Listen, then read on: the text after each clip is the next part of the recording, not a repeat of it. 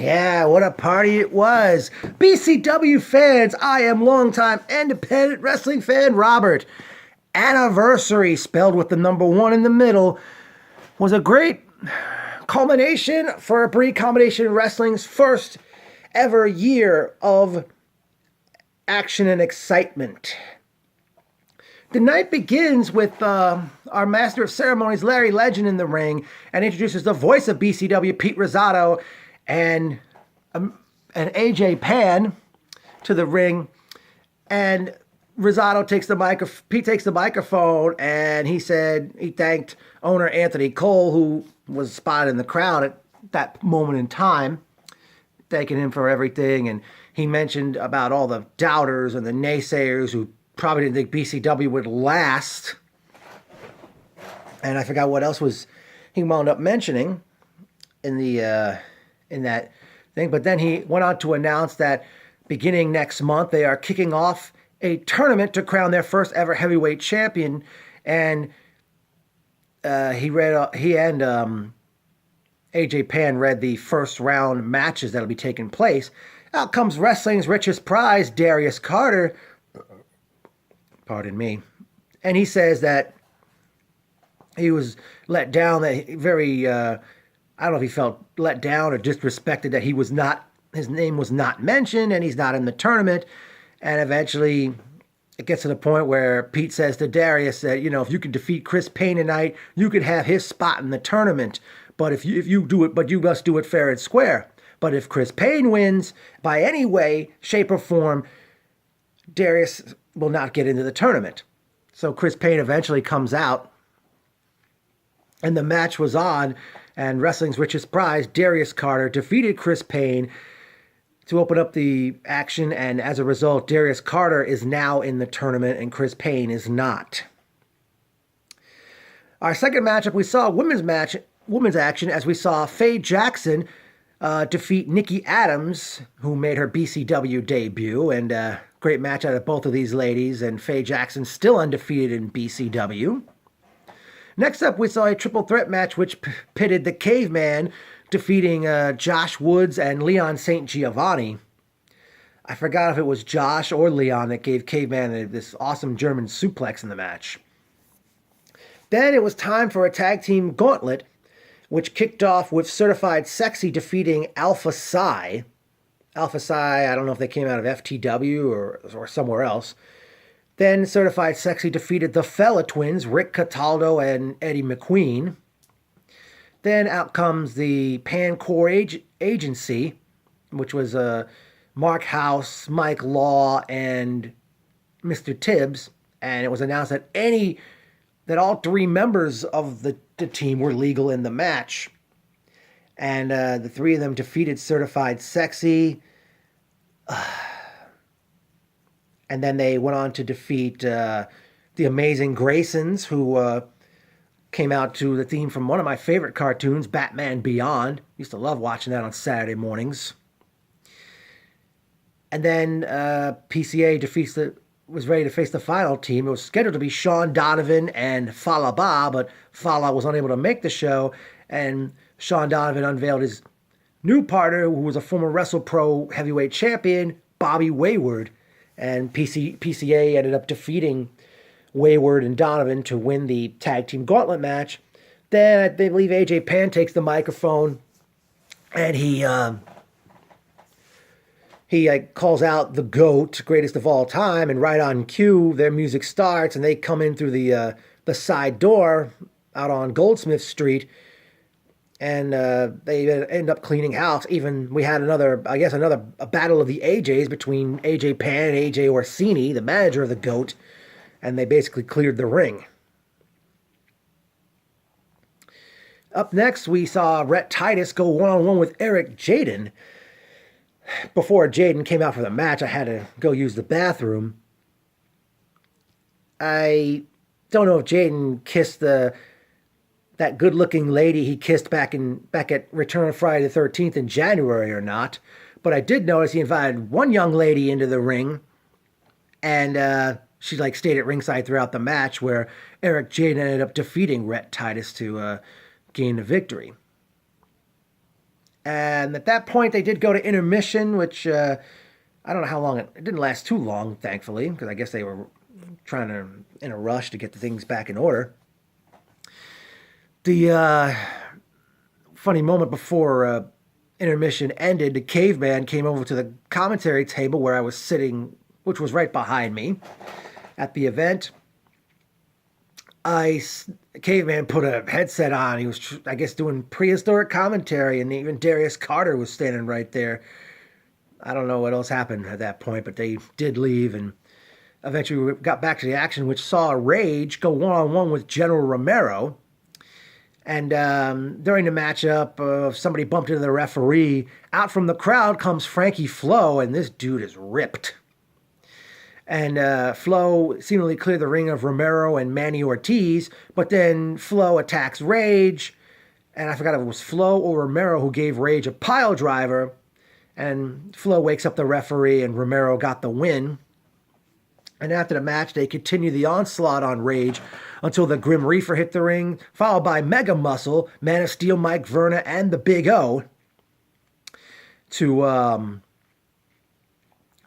basically clear the ring. But then Pete Rosado gets up from the commentary table and announces that on Friday, April 21st, it's going to be Team BCW, Rage, Grim Reaper, and Mega Muscle taking on the Brii Cartel, General Romero, Manny Ortiz, Frankie Flo, and a partner of their choosing in a War Games match. And it was, basically it's Team BCW versus the Brii Cartel. Back to the action here, we saw another women's match.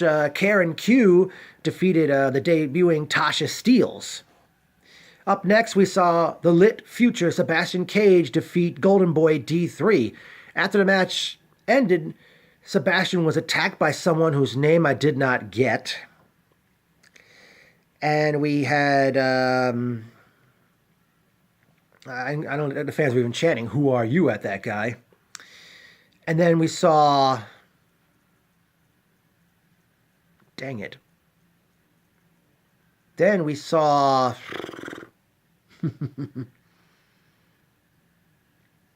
Then we saw, it was main event time as the Green Machine and Elite Athlete Mike Orlando took on Billy Gunn. And Billy Gunn could still go in the ring.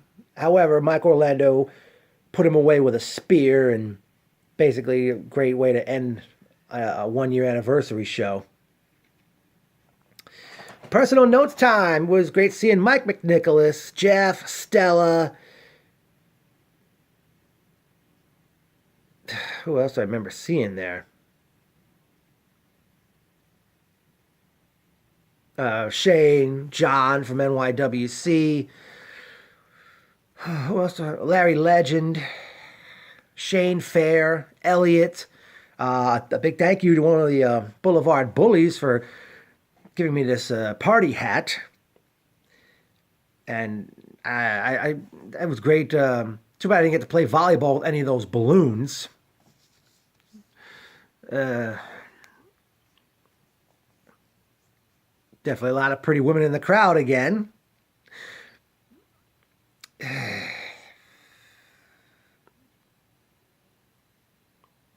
One thing I would like to address, based on the crowd size of the Elks Lodge, I don't know if BCW may have to find a bigger place to do shows.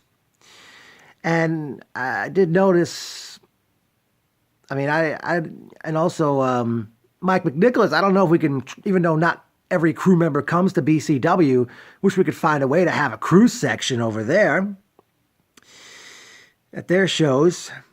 Because, I tried to get there, but due to waiting for a bus, I couldn't get there sooner. And, because I don't, I noticed, I believe that was Anthony Cole's wife who works the door.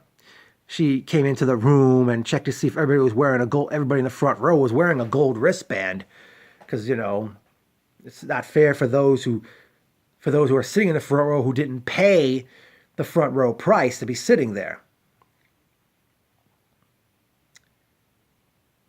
Also, I couldn't believe if the fans really were eating poor Irving Diaz alive. I mean, Irving, that's a bigger megaphone than I've got, but you know what they really just wouldn't let you be throughout the night, would they?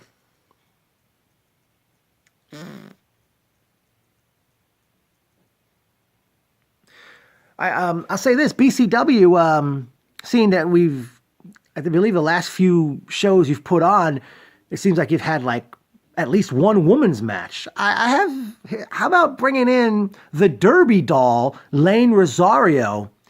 You know, she grew up in Queens and currently lives in Florida. I mean, I think give her an opportunity to be on a show.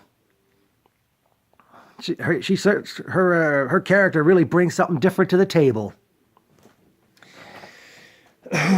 Okay, as mentioned, BCW returns Friday night, April 21st, as they present World War 360. Quite a name for this show. That very night, the heavyweight title tournament will kick off. And everybody was giving out their given brackets. I mean, hence it is March Madness almost for the NCAA. I hope they don't sue.